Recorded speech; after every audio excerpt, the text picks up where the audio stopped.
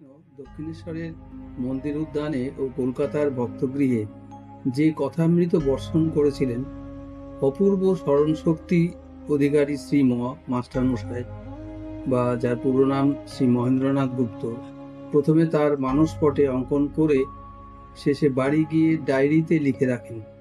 পরবর্তীকালে ওই ডায়েরিগুলির উপর ধ্যান করে শ্রী শ্রী রামকৃষ্ণ কথামৃতের বাস্তব রূপ দেন। শ্রীরামকৃষ্ণ প্রথম থেকেই জানতেন এবং ইঙ্গিত করেছিলেন যে শ্রীম অন্যান্য অবতারের সঙ্গে এসেছিলেন তাদের লিপিকার রূপে। শ্রীরামকৃষ্ণ বলেছিলেন, তোমায় চিনেছি তোমার চৈতন্য ভাবগত পড়া শুনে। শ্রীম সংসার ছাড়তে চাইলে ঠাকুর তাকে বলেছিলেন, ভাগবত পণ্ডিতকে একটি পাশ দিয়ে ঈশ্বর রেখে দেন, তা না হলে ভাগবতকে কে শোনাবে।